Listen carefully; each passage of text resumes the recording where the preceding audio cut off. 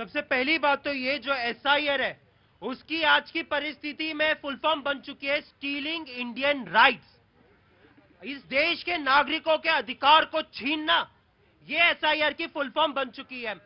आज सच्चाई है कि विपक्ष ने पूरे इंडिया गठबंधन ने संसद परिसर से लेकर विधानसभा तक हर जगह पे अपनी आवाज को बुलंद किया है। और मैं इंडिया गठबंधन की नहीं बल्कि पूरे जो बिहार के नागरिक हैं उन सबके अधिकारों के लिए जो है आज हमने प्रदर्शन किया है।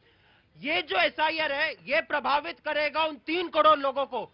हमारे ये जो साथी थे, ये रिटायर्ड जो रेलवे अधिकारी बिहार से आए, ऐसे कितने सारे लोग हैं, कोई वहां पे पलायन करता बिहार से नौकरी की तलाश में, कोई शिक्षा की तलाश में आए, कोई तो ऐसे इतने सारे लोग हैं बिहार के 3 करोड़ के करीब लोग हैं जो सबसे ज्यादा पलायन है बिहार में।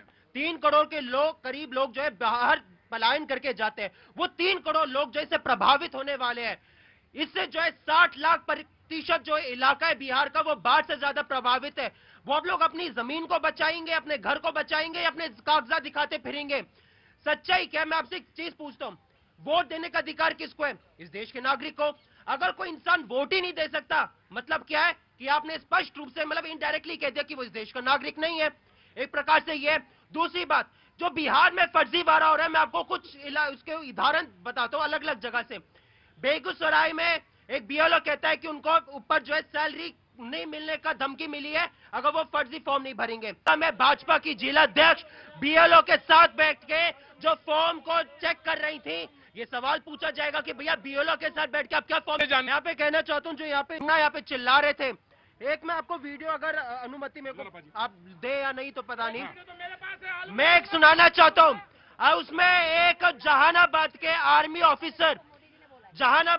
ऑफिसर जो जोधपुर में उनकी पोस्टिंग थी, वो घर आए इस पूरी प्रक्रिया में शामिल होने के लिए छुट्टी लेकर। उन्होंने जब बीएलओ के पास जाकर अपने सारे कागजात जमा कराए तो उन्हें पता चला कि उनका फॉर्म ऑलरेडी सबमिटेड है, साइन ऑलरेडी करा गया है। और ये बकायदा अगर आप अनुमति दे तो मैं सुना भी सकता हूँ। हाँ, तो इसलिए तो आप यहाँ पे झूठ का वो मत करिए।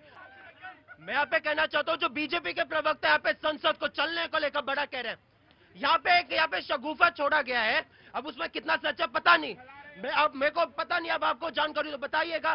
कहा गया कि भैया 16 घंटे जो है पहलगाम मुद्दे पे चर्चा होगी और 9 घंटे के करीब जो है राज्यसभा में। किस दिन चर्चा होगी आपको पता है? तारीख अभी तक नहीं बताया गया, लेकिन चर्चा होगी।